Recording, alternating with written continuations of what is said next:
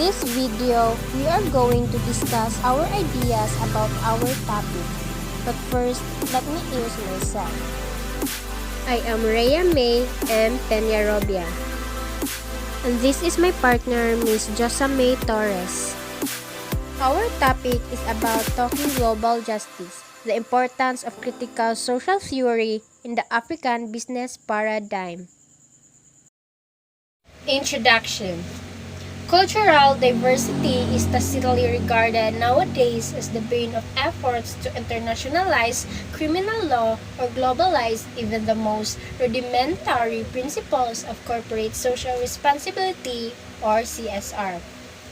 Cultural diversity is best regarded as vehicle for discovering fundamental convictions about the possibilities for a transnational meaning of economic justice rather than the main obstacle to its realization.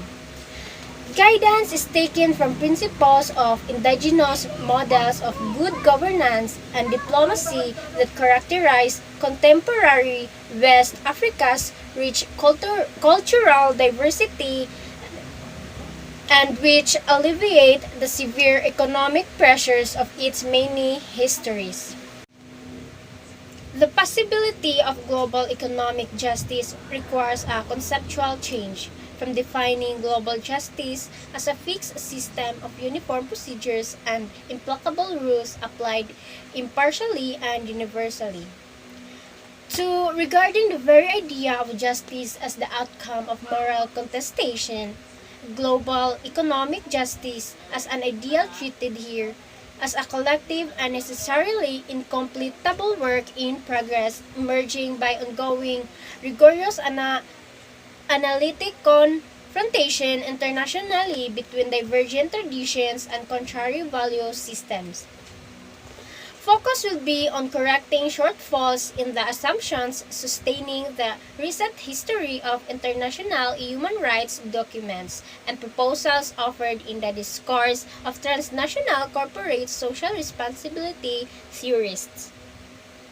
Since cultural diversity obtains within social hierarchies just as aggressively as it does across nations, testimonies are required early in the process of treating global justice as an ongoing deliberative project so that judicial interpreters come to know something about underclass experience and conditions prevailing in the informal economic sector as it expands worldwide. Let's talk first about global justice. So, what is global justice? Global justice is a theoretical stand that addresses the issue of just distribution of benefits and burdens across the world and also looks at the viability of the institutions required to secure such as distribution. Global justice is a component in normative IR theory focusing on the moral obligation of the world's rich to the world's poor. The key tenet is redistribution of wealth to reduce global poverty. The term global justice will be used interchangeably with distributive justice. So for critical social theory, why is it important in the African business paradigm? So, critical social theory is of particular importance because of its focus on social justice and empowerment. Emanating from the Marxist-oriented Institute for Social Research in Frankfurt and in New York, this theory places social justice and the relationship of knowledge, power, and ideology at the center of the learning experience. Recent decades have seen the development of ideas from critical social theory to explore questions of gender and power and how gender intersects with ethnicity, race, able-bodiedness, social class, and other forms of difference to advantages certain groups of women and of men. From this work has emerged a distinctive feminist scholarship in education concerned with working towards social justice. This work pays attention to the ways individuals understand and negotiate their identities, particularly in the context of globalizing times. For global and Africa-based companies looking to access new growth markets, Africa offers exciting opportunities to build large profitable business. Its population is young, fast-growing, and increasingly urbanized, while rapid technology adoption makes the continent a fertile arena for innovation. But Africa's business environment remains poorly understood and known to many executives in the West only by its reputation for complexity, conflict, and corruption. Since Africa's business environment remains poorly understood and known to many executives in the West only by its reputation for conflict, and corruption, the critical social theory plays its role in making the world discover Africa's exciting opportunities to build large, profitable businesses. When Africa's business environment grows, improves, and progress, the country's business world will have a drastic change. Since business is growing, the business owners and stakeholders should include the CSR and good governance, and also improve the implementation of the global justice in the country.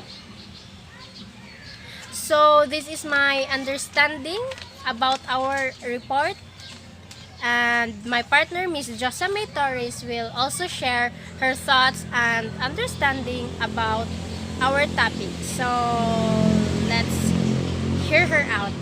Good luck! So hi everyone. Since my partner already discussed her understanding about the given topic, now it's my turn to back up and tackle the assigned topic, which is talking global justice of the importance of the critical social theory in the African business paradigm. Before I start, this is José C. Torres paired with Rhea May Peña Robia. In June 2009, Shell Oil Company underwent scrutiny and a New York court trial of the case Wiwa versus Dutch Oil Company for the defendants' alleged human rights abuses and conspiracy among their opponents of corporate operations in the Niger Delta, which preceded extrajudicial killings of the Agony Environment Protection Community activists in 1995. Yet the atrocities that provoked this trial should have come as comprised. For the domain of the multifactional business, dealings in Africa have remained essentially a lawless frontier since European trade and initiatives were launched overseas in the 16th century. The atrocities that provoked this trial should have come as no surprise. For the domain of the multinational business dealings in Africa have remained essentially a lawless frontier since the European trade initiatives were launched overseas in the 16th century.